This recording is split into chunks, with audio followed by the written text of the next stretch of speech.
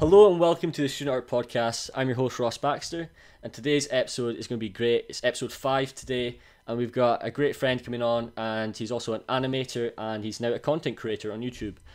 Sir Wade, hi, how are you getting on? I'm good. Thanks for having me on.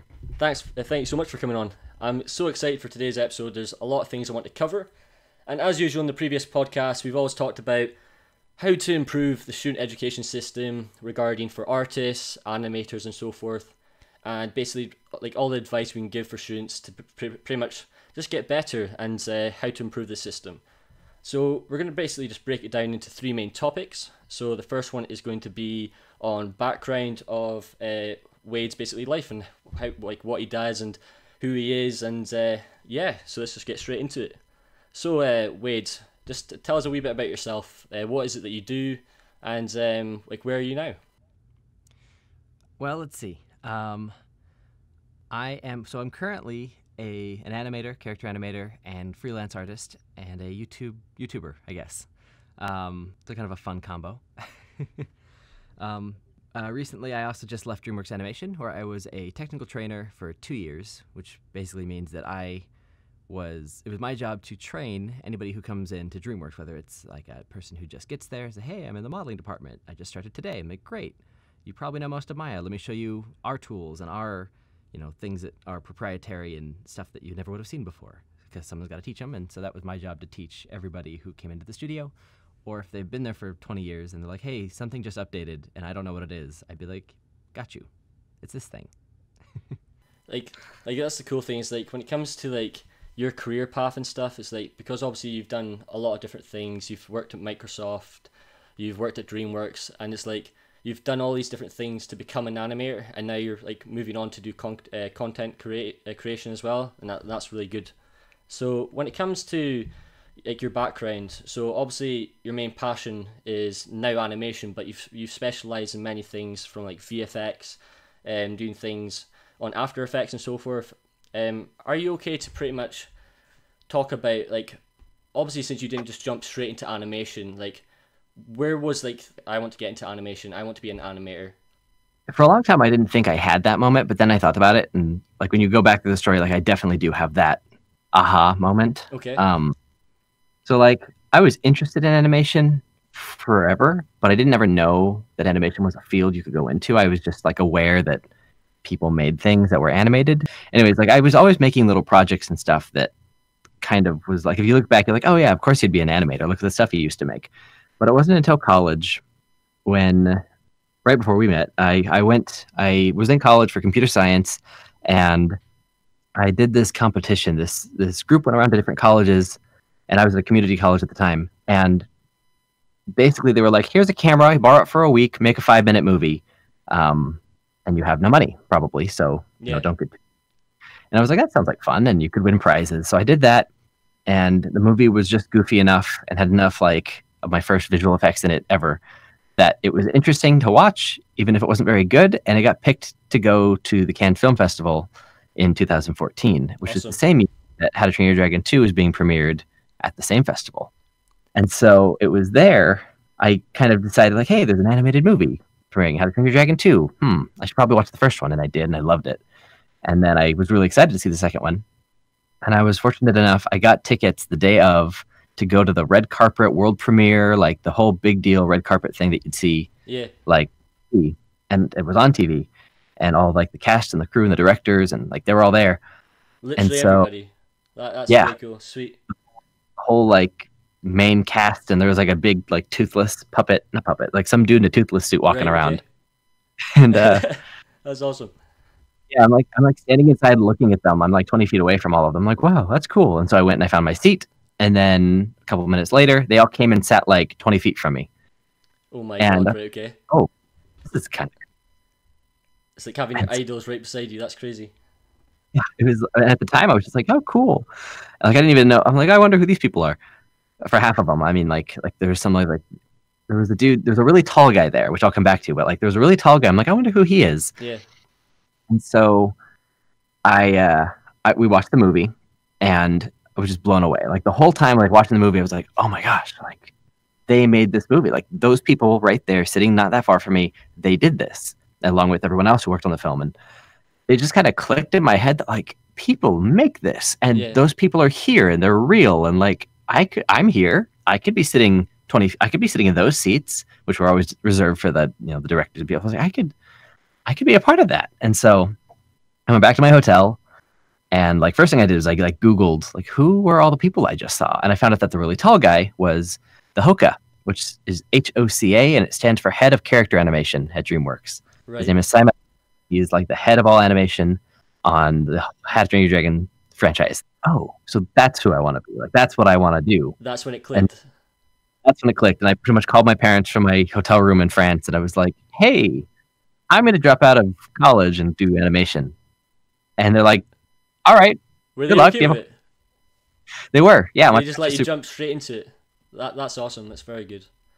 The other thing was like figure out a plan, like figure out like where you're going to go now. Yep. Like don't just leave and then like wander. Figure out like where you want to go and then leave. And so I did that for like 2 or 3 days. I like Googled schools and figured out what I wanted to do, and ended up basically choosing Animation Mentor for 2 reasons. One, I had heard about it through my college professor. He had mentioned had like the mug and the like what do you call it, the mouse pad on his desk, and right, okay. Stuff around. The little monster guy. Yeah, Spike. Yeah, I remember now. Right, okay. Yeah, so like I had seen it and heard about it, and I was like, okay, I'm vaguely familiar with it in the same way I'm vaguely familiar with CalArts or Sheridan or something. Like I remember when we were talking about ages ago, it's like because obviously I'm in the UK and obviously you're in America, but it's like one of the main topics as well. Like obviously everyone always brings up is like price and stuff and like how things are going to cost wise. And I think like even when I went to Animation Mentor like with you, it's like that was like one of the go-to things as well. It's like if you compare it to like CalArts for you, and then is it Sheridan you were saying? It's like it's a whole other like ball game. It's so expensive, and like the stuff you learn at Animation Mentor is like you're not just getting value for money, but it's like it's such an experience. It's an awesome experience. And if you want to talk about Animation Mentor, that'd be great. Actually, just fire ahead. That was one of the things too. I was like, how much do all these things cost? I'm like Googling and figuring out like where do I want to go. And I remember Animation Mentor, like for a lot of people, like on my YouTube videos, people will always comment, oh, it's not cheap. It's not like I can't afford it. And it's like nothing, most education, if it's not YouTube or Vimeo or something, like most education costs something. Yeah. And course. When you start comparing things, you realize like Animation Mentor by comparison really isn't that expensive. And like, sure, it might be more than other animation schools, but when you think of like, are you going to go to college for 4 years and get an animation degree from this school that really is good at engineering and business? Or are you going to spend like a fraction of that for 18 months to get like a designed curriculum specifically taught by the people who do what you want to do? Yeah. Like the whole program at the time I did the whole thing, I think it was like 14 or 18,000 total for the entire program for 18 months. That's awesome in comparison to like obviously I'm lucky in the UK in comparison to what you guys are. Obviously we still like it's run a wee bit differently over here, but well, it's completely different, shall I say? But it's like when I did so anyone watching, my main thing is 3D environment art, but I still have a passion for animation. And when I joined Animation Mentor with Sir Wade, it was like I knew that was like a whole other experience. Like watching that first video with all the animators for the first time, oh my gosh, I was shaking. It was that awesome. Like it was like such an experience, and like the fact that like everyone in our first class for class 1 was from different parts of the world as well was amazing. It's like so I met Wade, obviously he's from America, and then there was people from South Africa, there was people from I think there was one girl from Russia, and it was just like it's so crazy how you can get all these people in a school that's obviously done online together and working together. And it's like that was also like one of the best things is the fact that you're working with people that you want to work with, and it's like collaborating with people who have the same passion as you, and that's just what made it so good. But also obviously continuing with the subject of Animation Mentor is like because obviously it went on for 18 months in comparison to like what you were saying about obviously all these other schools and stuff. Obviously they're not specialized like Animation Mentor is. What would you say is like besides obviously costs and the experience, what other things was the great things that happened at Animation Mentor? Because I remember obviously you got to work on a lot of awesome rigs, and like there was a lot of free sources. Is there anything you want to bring up around like the sources available to you? Yeah, I mean like the things that people always wonder about you know, like, I mean, if you're doing animation, you're always looking for new rigs to play with. And, you know, the great thing about Animation Mentor is that not only do you get to use everything that they have for your assignments, but once you graduate and you become an alumni and you finish the program, you never lose access to the site or the system or like anything. You completely like, you get access to everything going forward. So if Animation Mentor, which I graduated over 2 years ago, like if they made a new rig tomorrow, I get an email and says, hey, we have a new thing, have fun. And so I can go in at any time and just play with the new stuff. Which, when you think about it, like, school's been open for 11 years, or 12, I don't know, 11? It's been open for over a decade, and there's no sign of it ever slowing down. And they're just going to keep making stuff. And forever, I'm just always going to have access to all of those things. So, like, that's a huge resource that I'll always have, like, exclusive, awesome rigs. And then, aside from that, like, the networking component of it, like what you were mentioning, like the fact that you're in class with all these people is just incredible. Like the people you want to work with, the people that you're going to work with, or like even if you're at a studio and like maybe you didn't meet all the people that, like, here's an example. I went to Animation Mentor and no one I went to class with went to Dreamworks that I know of at the time. But I'm walking around on my first week, I think it was like the first Friday I was at Dreamworks, and I had the Animation Mentor shirt on. I'm walking through like the lunch area, and there's like a group of people, and one of them's got a hat, and he's like, hey, Animation Mentor. And I'm like, yeah. And then they're like, we went to Animation Mentor. I'm like, really? He's like, yeah, I teach there. Me too. Oh, this guy teaches there. He taught there last year. And there's like this whole table full of people, and I realized like this is the animator table. They're all just like chilling together, and half of them either went to AM or teach there, or teach at another school, but like they're all in this little community. And so I went over and sat by them, and that's how I met like 5 of my now really good animator friends at Dreamworks, is because I wore an Animation Mentor shirt. And it just puts you in this like club with people in the industry, because it's like how people see with college and like fraternities and sororities and all that kind of stuff. It's like it puts you in some kind of secret club that throughout your life you'll run into people who have that in common, and it's just one of those things that helps you like break the ice with people. When you're like, how do I meet people? It's easier when you have something in common, and so many people in the industry, in the animation field, have that in common. The confidence to do that. What was that? Like, is it getting the confidence to go for that? Yeah. Like, I think, like, when you're talking about all that stuff, like, going up to people and stuff, like, it's even the case, obviously, like, networking and stuff, like, it's such a small industry, like everyone always says, but I don't think people acknowledge it to the extent that it is. Like it's such a small world, and when it comes to the game industry, since there's only, like, obviously there's tons of studios and stuff, but everyone still knows everyone, like, some way or another, whether it's through a person that you know in a certain department or whatever it is, that it's always the small things that go such a long way in life. So obviously, having the confidence to go out and say hello to people that you're inspired by, just do it, because at the end of the day, you don't have any regrets, and it's exactly what you just said. Yeah, it's hard, because like a lot of creative people are not confident, and that's not like, you know, I don't know, I don't want to overgeneralize it, but like confidence is hard to have and to do. Like, I used to be super shy in my shell. I couldn't talk to anybody. Like, I've been there, I know, and like some people don't get out of that, and it's hard to get out of it. And usually being a part of something helps you kind of grow out of it. For me, it was like a leadership class in high school that helped me get out of it. But like for a lot of people, you know, they enter into the creative field, and there's not a lot of good community places for creatives to like come out of their shells and that kind of thing. And so, you know, whether you go to a school or something that helps you, you know, get some close friends, or at least gives you like a shirt that says like, I went to this school, then you can just wear the shirt, and you don't have to be the confident one. Like if you go to an event wearing the shirt, other people will come up to you, hopefully.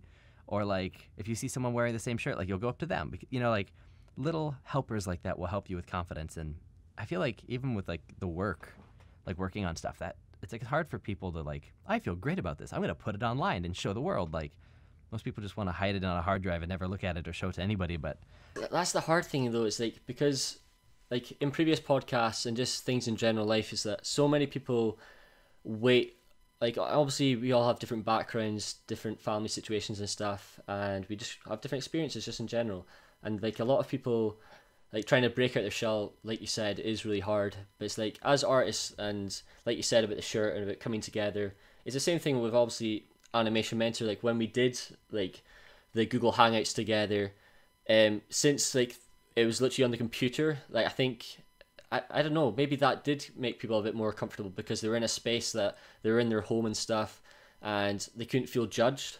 And it's like, as an artist myself, so obviously I do environment art, and I would say, obviously many artists are like this, but I would say it's mainly for people who do concept art. Maybe it's just me, but it's just like the area that I feel that most people think they're getting judged by. But it's like, for example, posting on Facebook groups like 10,000 Hours or ArtStation or whatever, or even Animation Mentor Facebook group, is that so many people struggle to take feedback, or they take people's compliments in the wrong way.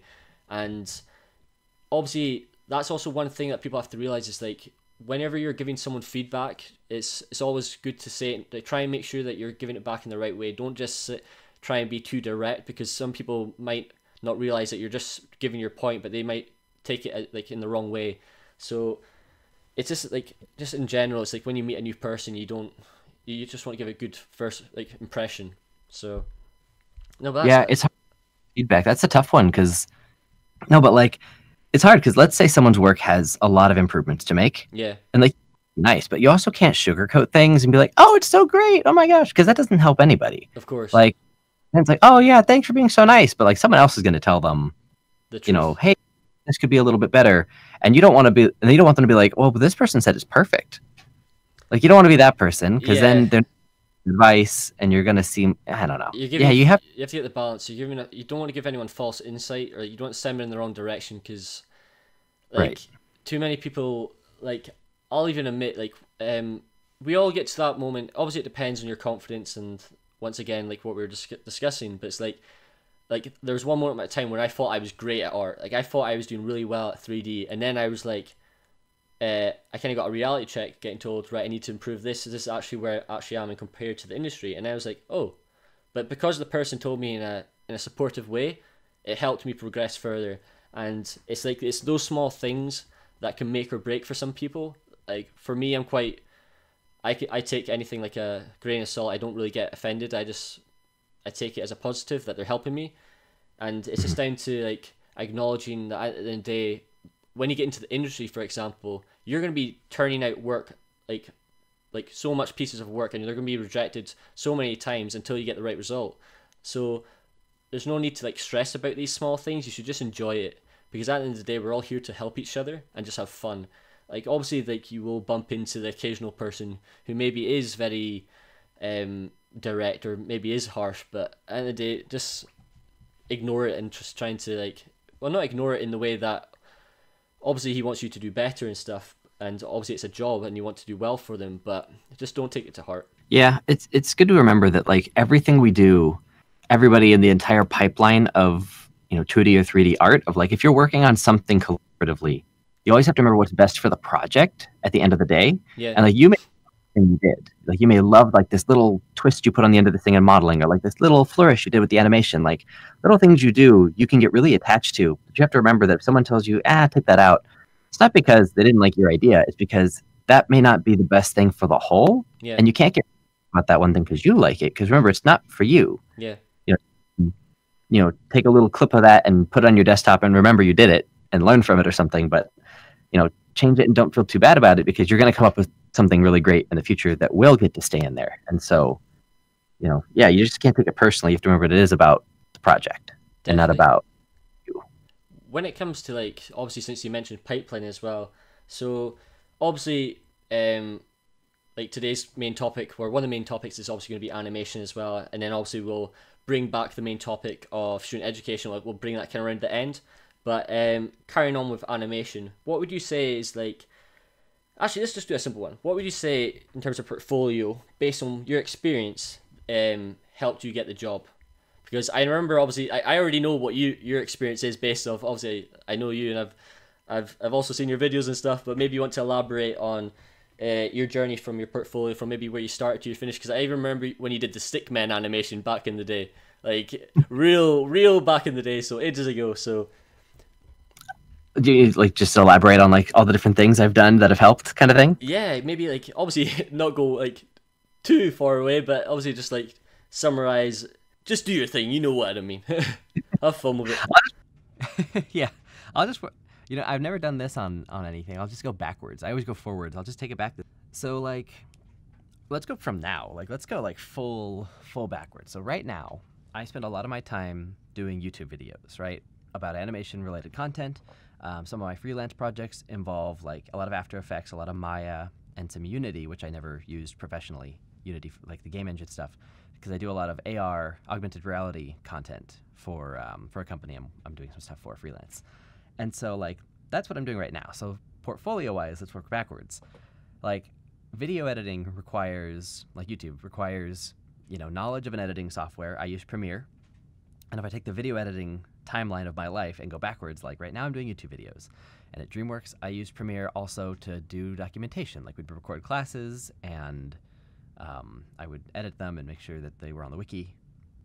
And the wiki is related to web design, which I used to do. So like this is a very intricate web, but basically like I first did video editing in I think middle school or high school. I was interested in visual effects and I didn't know how to do any of that. And so I started with parkour videos because I do parkour, or I did. I haven't done it in a while.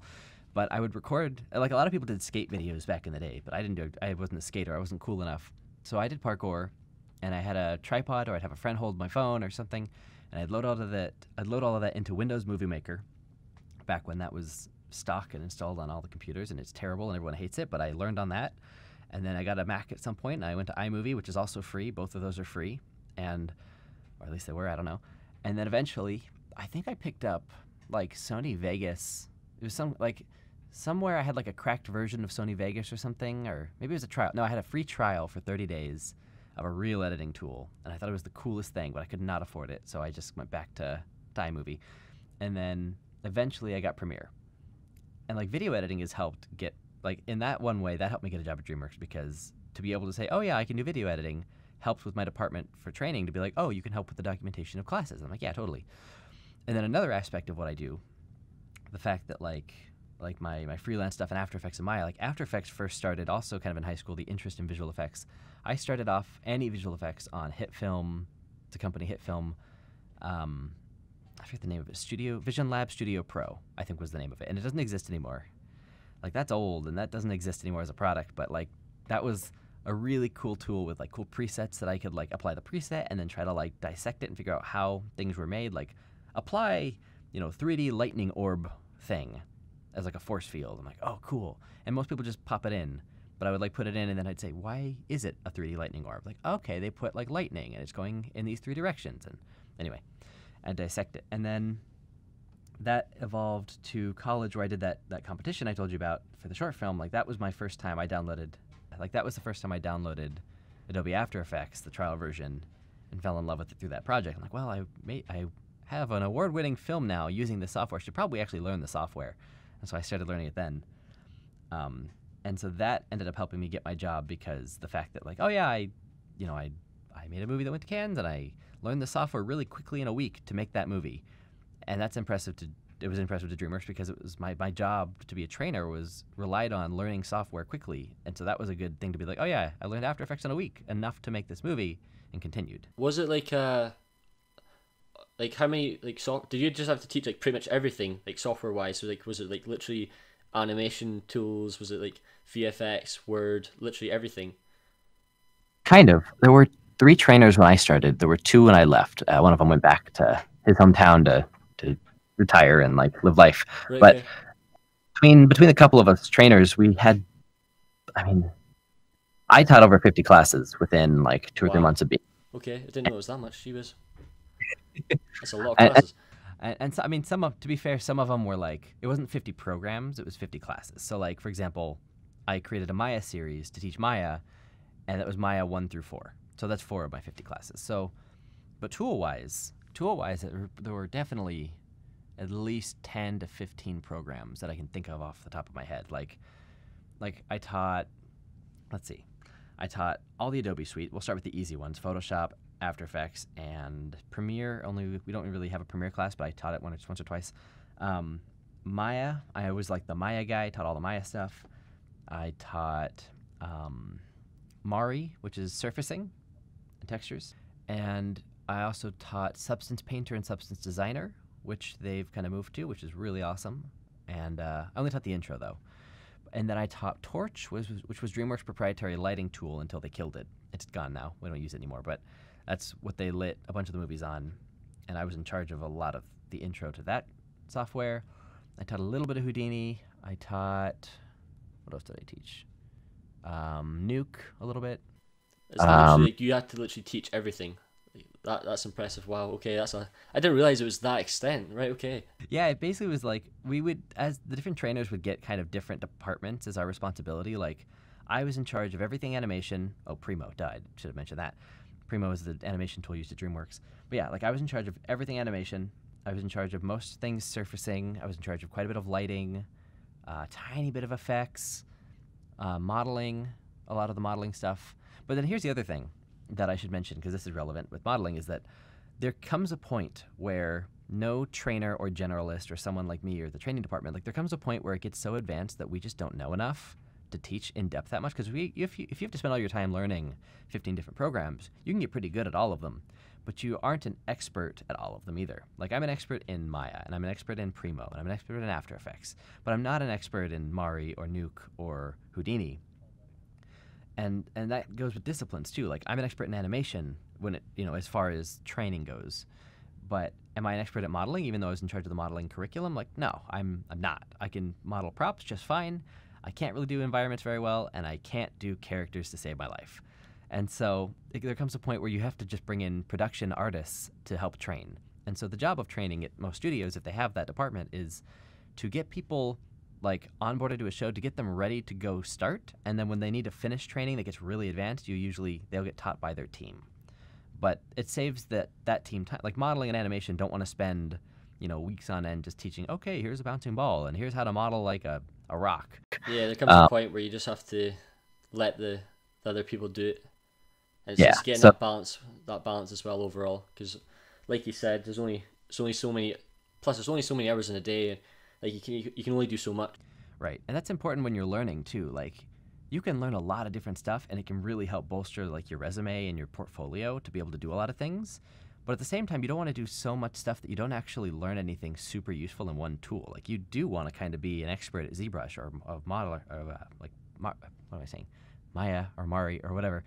Like, you want to become an expert enough to get hired and to be advanced enough that you can do those things. But it's also good to know that, like, you have to demonstrate an ability to learn by learning a couple different things if it's useful in your field, if that makes sense. No, that definitely makes sense. That's awesome. Thank you very much. So when it came to, you got into DreamWorks, and then obviously one of the best things that I guess happened to you, obviously, was getting the interview, and obviously finding out that you got into DreamWorks. So maybe, obviously when it comes to the industry, everyone has their different ways of doing interviews.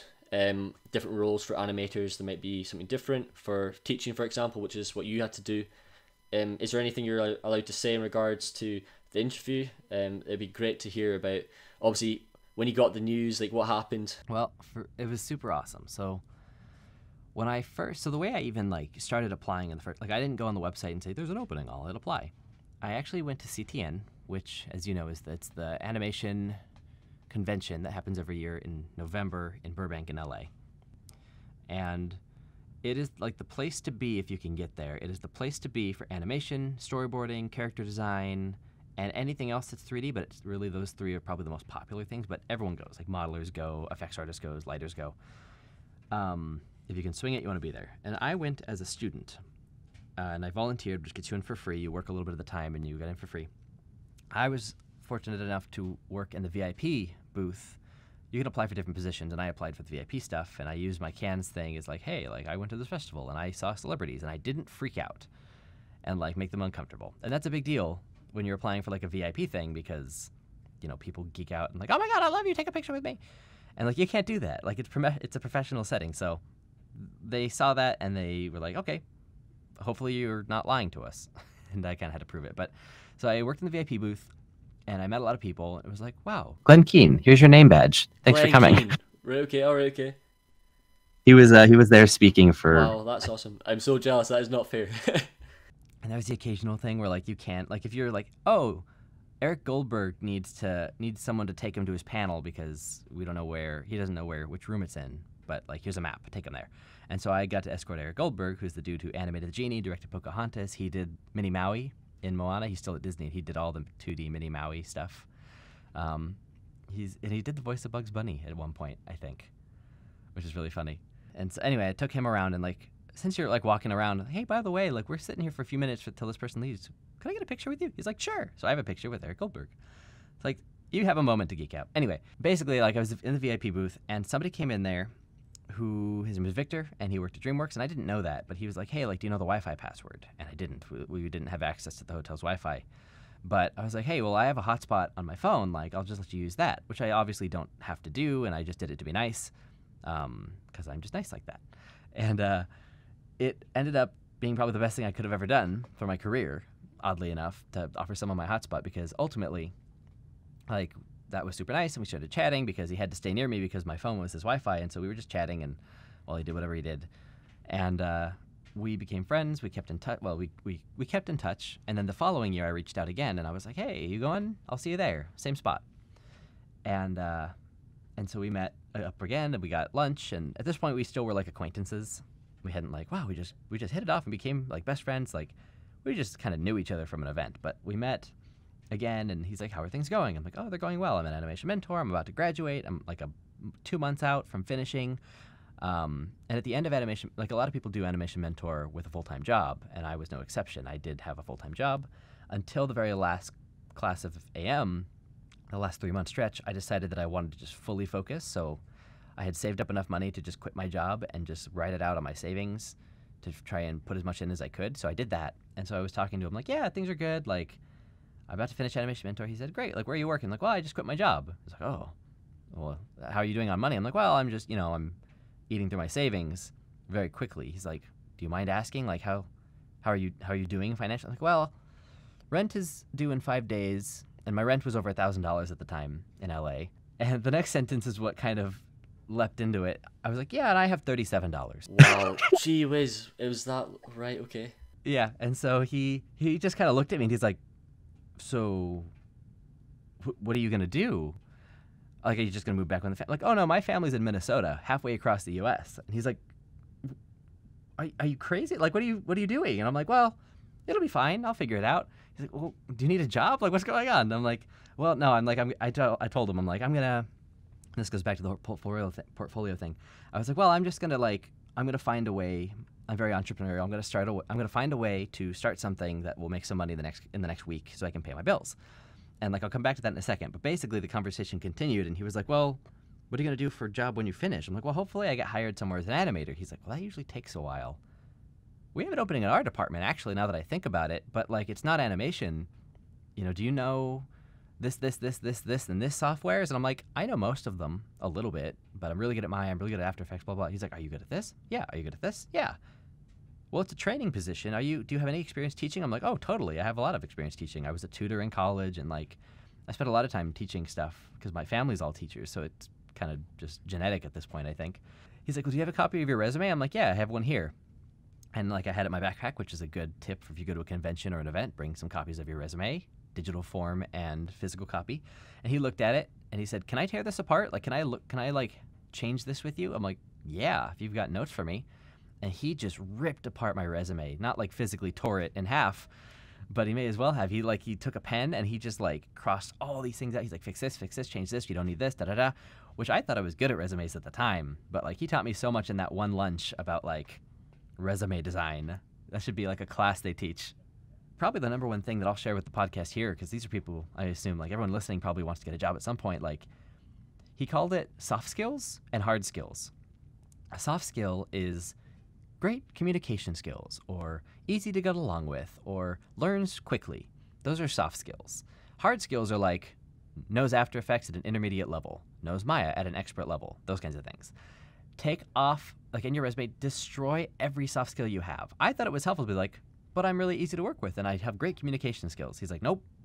You will show them that in the interview.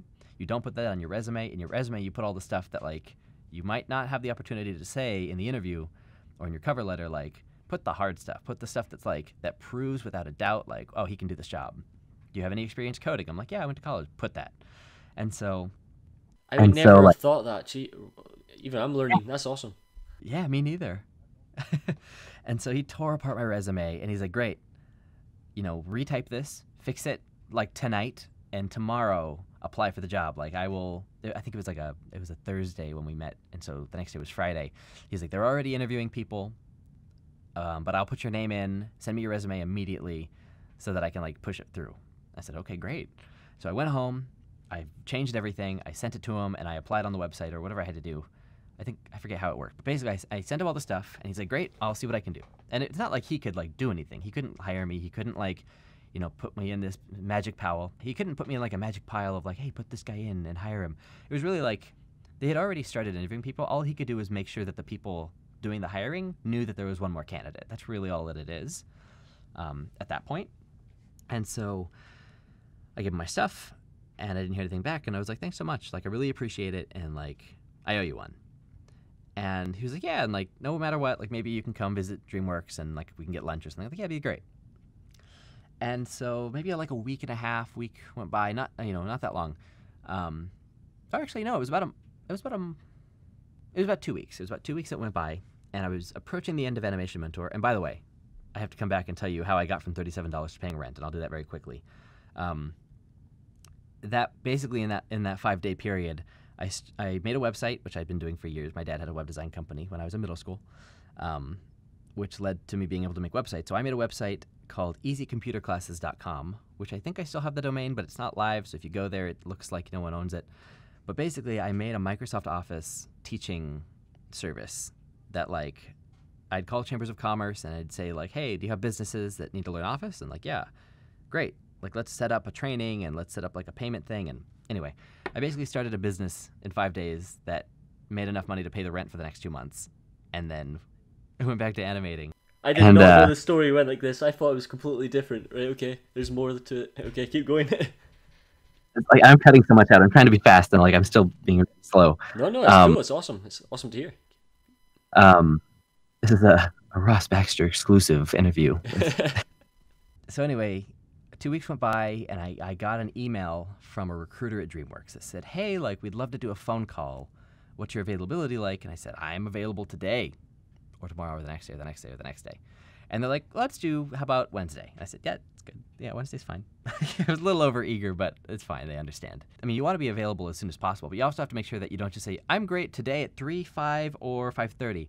But like, don't stop just today. Like, if they're busy today, which they usually are, like, make sure you give them other options so they're not like, well, we don't have time today. Like, what's another? Don't make it 3 or 4 emails to find out that you're available tomorrow or the next day. Like, give them all of your availability and just say whether or not you can do today, So anyway, I told them available. They said Wednesday. I said great. And so I didn't sleep until Wednesday.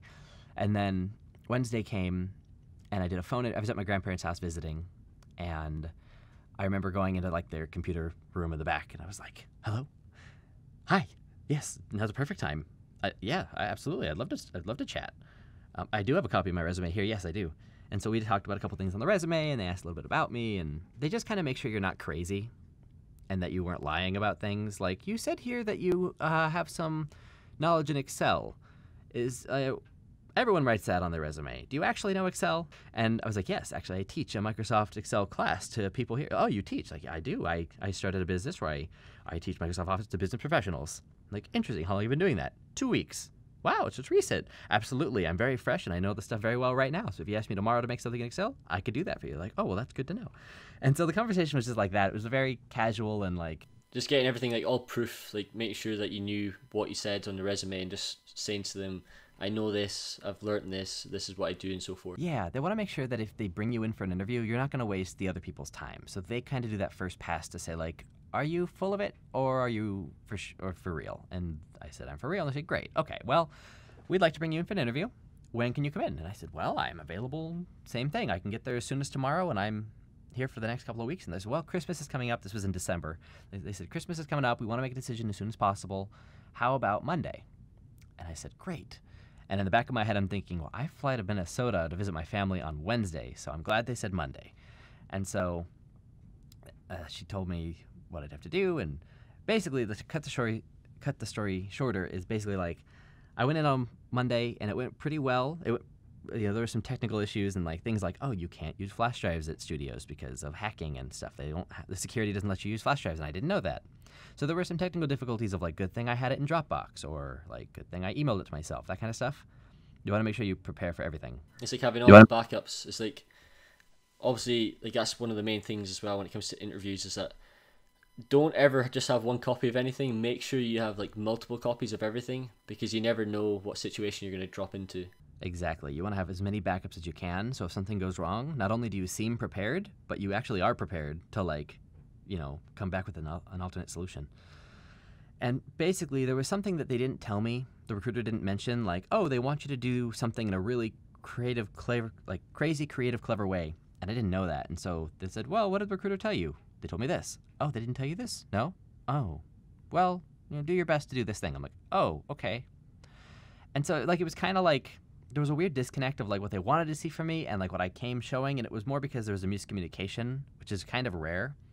But lucky for me, they liked me enough from that one interview that they said, we don't know if he's the guy we want to hire, but we want to find out if he's the guy we want to hire. He's good enough that we want to know. And so we want to do another interview where now he knows that extra part to see what he can come up with. If I hadn't been good enough in that interview, they wouldn't have even bothered doing it, because it just takes more time to interview me again. But I did well enough that they wanted to know if like what I could come together with. And so basically, I talked to the recruiter at the end of the day. She had already heard the feedback from everybody, and she basically said, well, I've already talked to everybody. I'm like, wow, that was fast in the 5 minutes I walked over here, and or however long.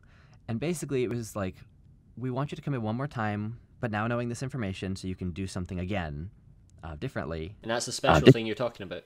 Like, there's something that's creative. Yeah, and basically, just so everyone knows like what it was, who's listening, I had for a training position, the task was to teach something in 5 minutes. Like, find a topic, teach it in 5 minutes. And I taught something, I just taught it the way I would teach it. But they wanted to see me teach it in a completely out-of-the-box way, way different than anything anyone could ever expect. And that was the part they didn't tell me, that they wanted that really creative, out-of-the-box way. And I tried to make it fun and creative, but I didn't like go the extra mile to like make it ridiculous or anything. I taught it pretty traditionally with like a PowerPoint, and I had a handout, and like I put a lot of effort in, but I didn't do anything like weird. They wanted me to do something weird, or to see what would happen if they told me to make it weird. Like, would I really go crazy? And so anyway, that's what they told me. They said, okay, well, we want to bring you again. You'll teach something. You can teach literally the same thing if you want. Doesn't matter, like, but do something really crazy. I said, okay. When can I come in? And they said, well, how about Thursday? And I said, ooh, I'm flying away on Wednesday. And they said, well, we can do a Skype interview. And like, sometimes you have to do a Skype or a phone interview, but I prefer not to. I would much rather be in person. Like, some people, like you said earlier, they perform better at home because they're comfortable, they're in their home, and like they know what they're doing.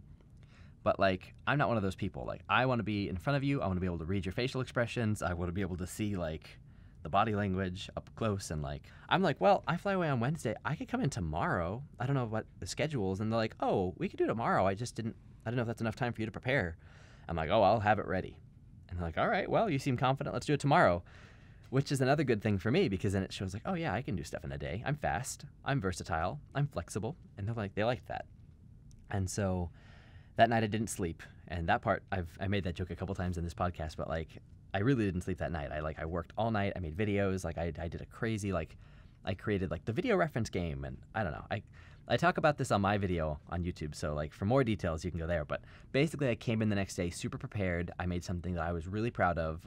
I was all on adrenaline. I don't drink coffee, but like I hadn't slept, so I'm all pumped up on adrenaline. I'm like ready to go. I come in day 2. I knock it out of the park. Like I totally, like, they're on the floor. They're laughing. Like, it was a great time. Went really well. And then a couple days went by, and I get a call. Like, I fly the next day. I fly to my parents' house. I get a call during the air, like I'm flying, and so I don't know that someone called me, but I have a voicemail when I land. It said, hey, just calling from the recruiting office. Like, just wanted to give you an update on like what happened with the interview. They really liked you, all the stuff.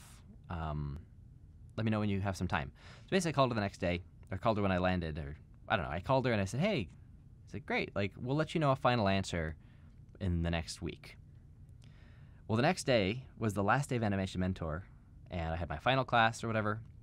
I forget. Basically, like, long story short, I got hired on Friday. They called me and said, we want to give you the job. We're sending you an offer. Like, And I remember opening like the email, and it had like this offer letter that said, Sir Wade Neistadt, like we are hereby, like congratulations, like we'd like to offer you this job, blah blah blah, at this rate per hour, and or you know like it had like the numbers and everything on there, and then it had like Poe and the Kung Fu Panda cast down the side of the PDF, and I was like, that's so cool. The relief must have been awesome. All that work that you had to do, like, because you said it was like non-sleep, like no sleep for like a few days, wasn't it? It was like constant, just trying to get things prepared, and you're finishing off Animation Mentor. Which actually I forgot to mention, like, you're right, that was the last week of Animation Mentor, so the Monday that I did my interview, my assignments were due the Sunday the day before, and so for 2 days, like for Friday night and Saturday night leading into Sunday, I didn't sleep at all because I was trying to get my Animation Mentor homework done, and then I turned it in Sunday at noon, my time, and then it was like, okay, great, I can sleep. No, wait, I have an interview tomorrow. I gotta prepare. And so I spent the rest of the day interviewing, and I think I slept like 2 hours that night before my actual interview. So I hadn't slept in days.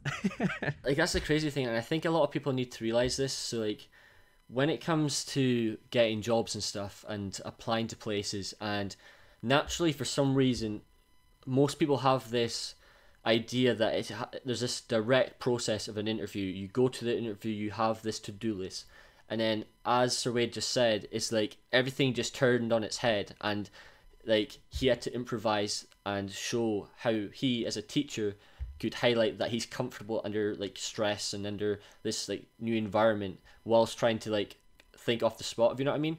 So when it comes to doing your interviews, obviously, like we said, be prepared, be organized, but just go in there, try not to stress about it, because at the end of the day, like, they're wanting you to be comfortable, so just try to be yourself. Obviously, we're all naturally nervous and stuff, but at the end of the day, they just want you to do your job, so just like focus on the priorities there. And actually, something I should mention to go off that, you're totally right, and I asked a couple weeks after I got hired, like I went up to my boss, I had two bosses when I got there in the hierarchy, and basically I went up and I was just like, hey, thanks so much for hiring me. I haven't talked about it in the last couple of weeks, but like I'm having a great time and I'm feeling very at home. Like, thank you for hiring me, and like we had a nice conversation. And I asked, like, hey, by the way, like, was there anything I did in the interview? Because I just wanted to know, like, was there anything I did or didn't do that like helped or hurt me, like that I can improve on or that I should know, like, did well? Which I'm really happy I asked, because I don't know, I wanted to either grow or feel good about it, or both. And she told me some of the stuff that like I did well, and what she told me, she said, you know, the reason we hired you, like one of the reasons that we knew that you were the right fit, was both days that you came in, something went wrong. And it wasn't because of the something that went wrong, it's how you handled it.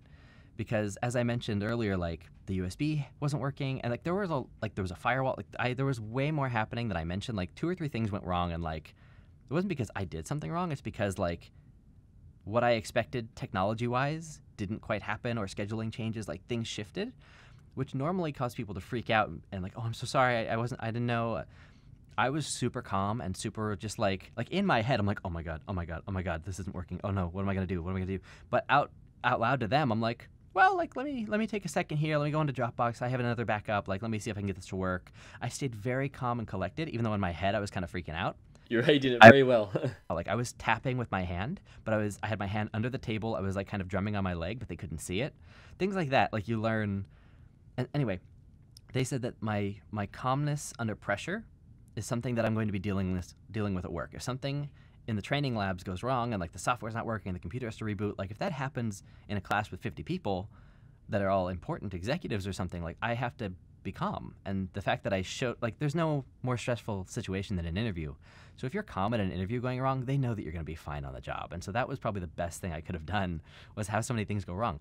And one last thing I want to say about like an interview process for those listening is that like there's 2 sides to think about in what I'm about to say.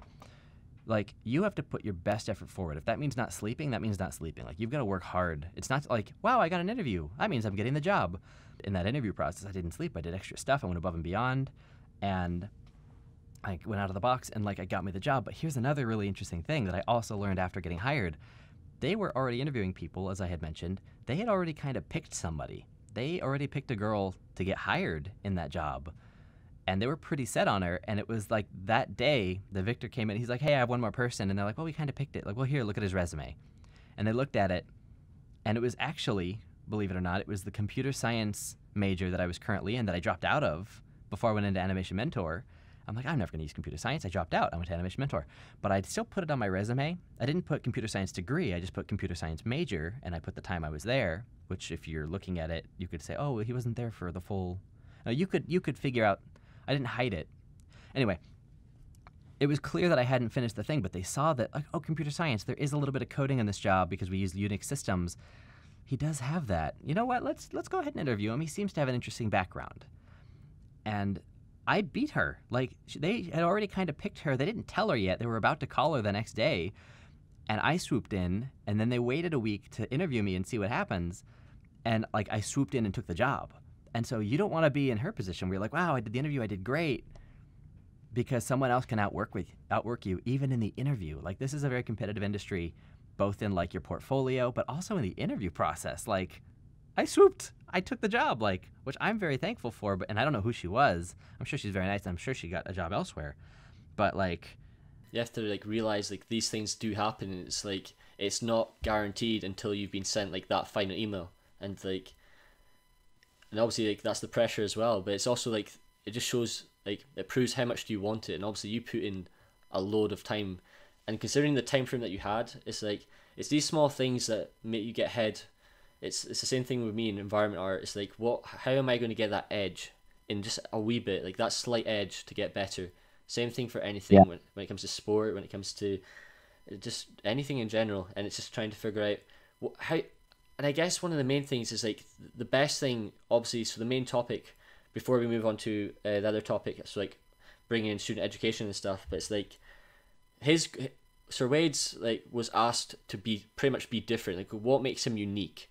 And like he brought like this unique sort of side to him that made him different to the usual teacher who just like reads things or just does the typical, I don't know, but just like Wade was natural about it. He brought something different to it, and it's applying that to your portfolio that makes you a stronger candidate for success. And I remember when I did Animation Mentor with Wade, like one of the best things that I really liked about Wade was that obviously his enthusiasm and stuff, but it's like, for example, his computer science stuff. When I was learning like the graph editor and stuff and like splines and maths and stuff, I had no idea how to do it.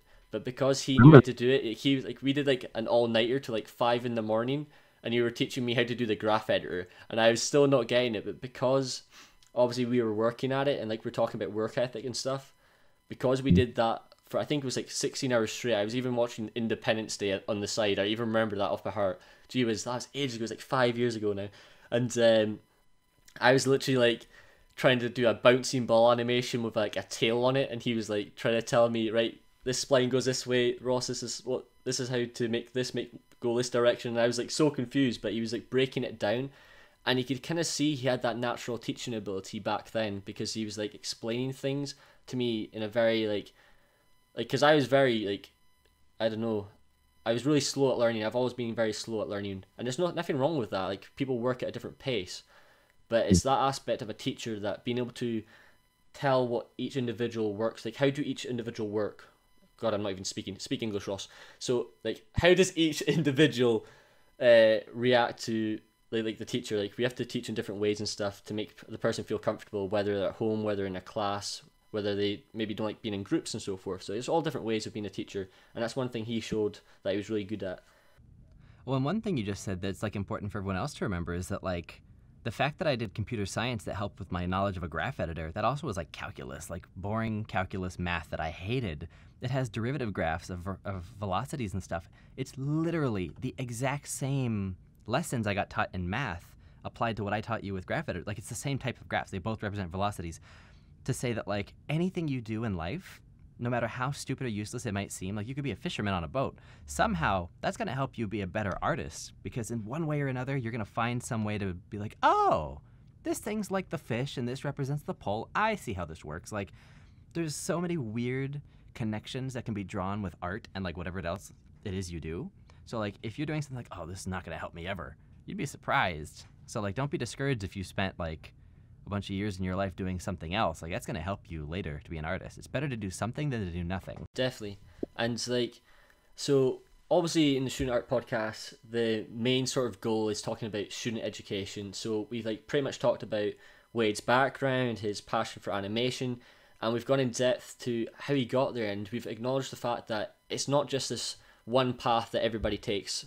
Like, everyone will have this different direction that they head towards. Like, they'll be going all in these different loops and turns and stuff before they get the job. Obviously, some people do finish uni or finish Animation Mentor and go directly to a job. It depends, obviously, your skill set, and just sometimes a wee bit of luck sometimes plays a part of it, depending on just where you are at that time. But Yeah. carrying on from the topic of student education, so obviously it's all about improving the education system and how could we make teachers better. Since obviously your main passion is animation, would you say there's any like do's and don'ts you've well, maybe it applies to obviously you're teaching at Dreamworks, but what would you say for teachers who are possibly listening, like they could maybe improve on when it comes to animators or just teaching in general? Would you say there's like specific things that they could do a wee bit better on? For teachers, I think. Whoa, we good? Yeah, we're good. Just like the screen just blacked out there for a second. Yeah, that was weird. No Okay. idea what happened. It's okay. We're still recording. We're still live, guys. It's all good. Okay. For teachers, I would say, like, the flexibility of like learning from your students is, I mean, obviously, I mean, most good teachers should already know that like you should learn from your students as they learn from you. That no one knows everything, and it's important to like pick up information. And when you teach someone something, especially as subjective as animation or art, you can't just teach the way to do it. Like, oh, well, this is how you do the thing. This is how you do a bouncing ball even. There's a million ways to do a bouncing ball. Like, there's a million ways to do anything creative. And so it's important to remain open and flexible and to not just share it one way, or even if you're just going to teach it one way, but to make sure that you tell your students, like, hey, like, this is how I'm going to teach it. This is what I'm going to use. There are other ways to do it, and I encourage you to explore those on your own. I mean, there's like a lot of people learn through tutorials, and that only takes you so far. Like, it's great to do a bunch of tutorials, like I've done. I mean, we've all done a bunch of tutorials and learned a bunch from them, but you don't just do the tutorial and then that's it. You have to do the tutorial and then figure out like, oh, what did I learn from that, and how can I apply that to other unrelated projects? And so you have to think about that, whether you're an educator or a student, is like you don't want to just do tutorial learning, quote unquote. You want to do like experiential learning. You know, you learn from the experience and then you can move forward with more. Like speed and stuff. Like, I think one of the main things is that, especially what I learned was, ever since I finished university, was one of my main focuses was thinking about my workflow in a production pipeline and thinking of it as efficient as possible. Like, how can I make my artwork that I enjoy making, but how can I make it at the right speed and at the right quality? So I was always focusing on prioritizing my sculpting and giving myself a deadline. So trying to be realistic. Obviously, quality comes within time. So obviously, if you sculpt every day, naturally you'll get quicker and you'll just get better in general.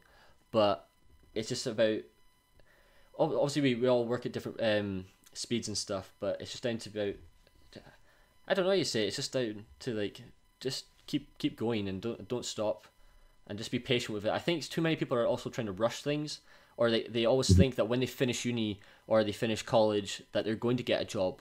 And that's one thing you have to also take into consideration.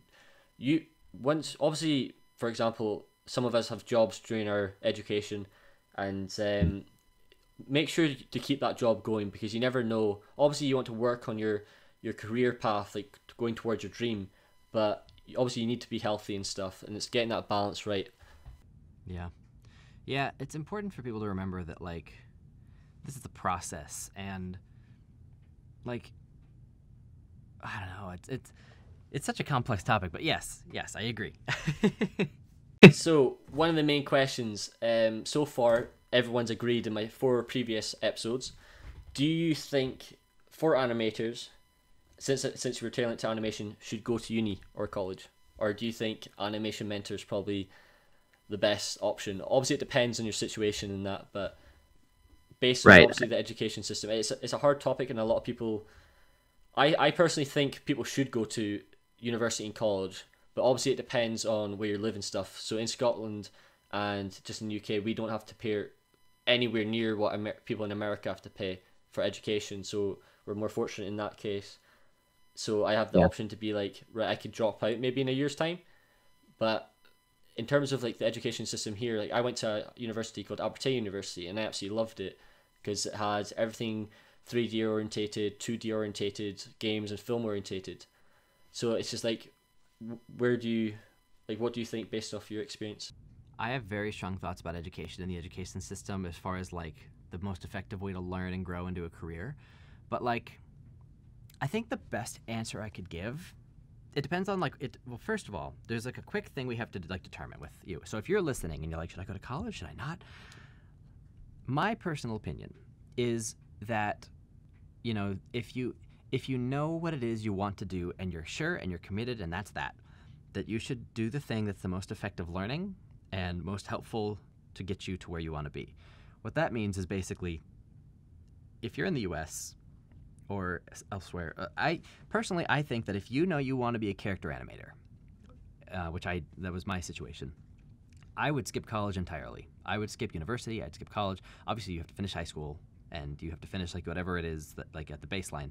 But before it's like, oh, I'm going to spend money and go to college, I wouldn't waste my time or money. I would go straight to Animation Mentor if you know that's what you want to do, because the education is going to be better, the networking is going to be better, the teachers are the people in the industry. Like, the quality of everything is going to be focused on what you want to do, where colleges are usually a little bit more broad and don't prepare you for jobs quite as well. But that is not true if you aren't 100% sure that that's exactly what you want to do, because college is amazing for a couple of things. You meet a lot of great people.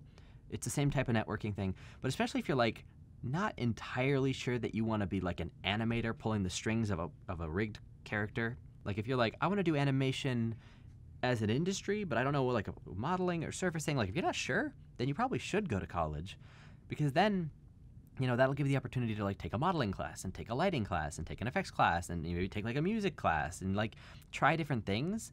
Like, you shouldn't feel the pressure to pick your favorite food right when you're born. You know, like when you're born, you grow up, you do some stuff, and then someone says, what's your favorite food? You have to taste a lot of foods before you can say, oh, chocolate cake. You know, what if you like carrot cake? What if you like red velvet cake? Like, you've got to try some different things.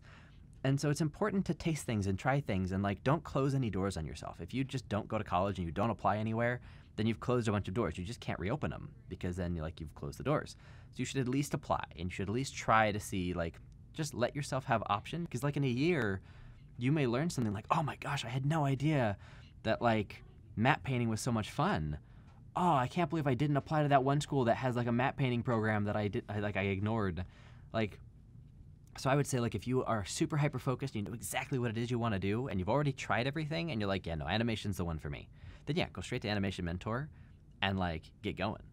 But if you're not at that point, I would try things, and college is a great way to try it. And if you can't afford like full university, like if you're in the US and it's super expensive, don't go to like a private school. Don't try to get into a Cal Arts. I mean, sure, apply, but like maybe it's not the best option. Go to community college. There's plenty of classes. You know, like there's so many ways to do it. And that's another thing, is like everything I said, you can ignore it because there's other ways to do it as well. But the one thing I will say for fact, it is so much easier to learn any of this stuff by being taught it than to try and figure it out on your own. Tutorials are amazing, but you can watch tutorials at the end of the day when you come home from actually being taught in a structured way from somebody who knows it really, really well. And that's obviously, that applies to like when you were teaching me. Like I learned more from you than I would of just watching videos, and it would be more dragging as well, if you know what I mean. Yeah, because you don't know what you don't know. Like, it's hard to be like, oh man, I don't understand the graph editor, but I specifically don't understand this pre and post curves and the Euler filter. Like, you don't know what those things are, so you need someone to be like, oh, this is what that does. And you're like, oh, now I can search the tutorial on it because I know what it is. I guess we've covered pretty much as I could cover for the podcast. I'm not sure if there's any last thoughts you want to cover. There was one bullet point I was thinking of talking about, was like free sources on websites maybe you've came across that might help artists for animation and stuff. Like, is there any free materials that you know of, and then after that we can maybe finish it up there. Sure. Free resources. So there's a couple things, or tools. There's a lot of different types of tools. For environment artists, it's ArtStation, in terms of getting like reference and like inspiration and guidance for where I need to head, because like every environment artist always says, if you can get to the standard of these professionals who are already in the industry at this quality with all their breakdowns, then that's where I have to head. Obviously, like, there's different opinions from different people, but that's at the moment the majority of where people are kind of like focused. Yeah. Whereas like I know on like for example animators obviously want to get a lot of rigs maybe. Like for example, when I first did animation, the hardest thing for me was actually rigging a character because I didn't have my own rigs. So, like setting up skin weights and like trying to like do all the technical stuff when you just want to do the animation, if you know what I mean. Like obviously that could be more tedious and a bit more complicated.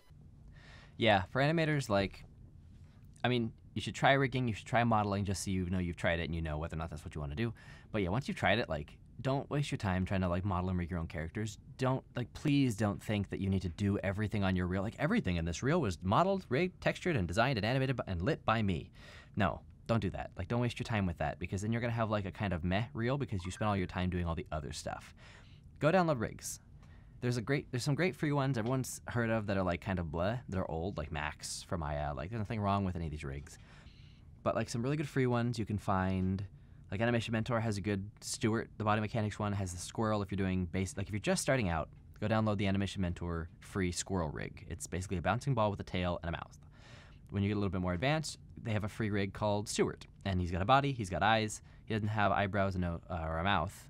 And that's just to save you time having to worry about expressions and talking and stuff. Once you want to get into that, go to CGTarian and download the Malcolm. Is it Malcolm? CGTarian. It's like CGTAURIAN, I think. It was a school created by some of the Dreamworks animators, and they have a rig. Is it called? It's not Malcolm. It's Ray. A rig called Ray, and he's like solid. There's also Malcolm, which I think is by iAnimate or Anim School. There's a rig called Malcolm, and those are some of the best free ones you can get at like these animation schools, and just like you sign up for the newsletter and you get the rig. There's also some that are not that expensive, like the if you look for advanced body mechanics rigs or something, there's like a pack of like 15 different characters of different shapes and sizes, and they're only like $20 to $50. Like, and am I correct? At the end of Animation Mentor, you get to keep everything, or is that changed now? Nope, you get everything. Yeah, you get everything. So if you actually go through the entire animation program, which I recommend, then it's better to take the whole thing to take just a couple classes. Plus, if you do everything, then you get access. And yeah, and they've got, if you go on their website and you go to the rigs page, they've got like dragons and creatures and mech suits and then like all these different kinds of people and all the fun stuff. It's literally just like a cave of treasures.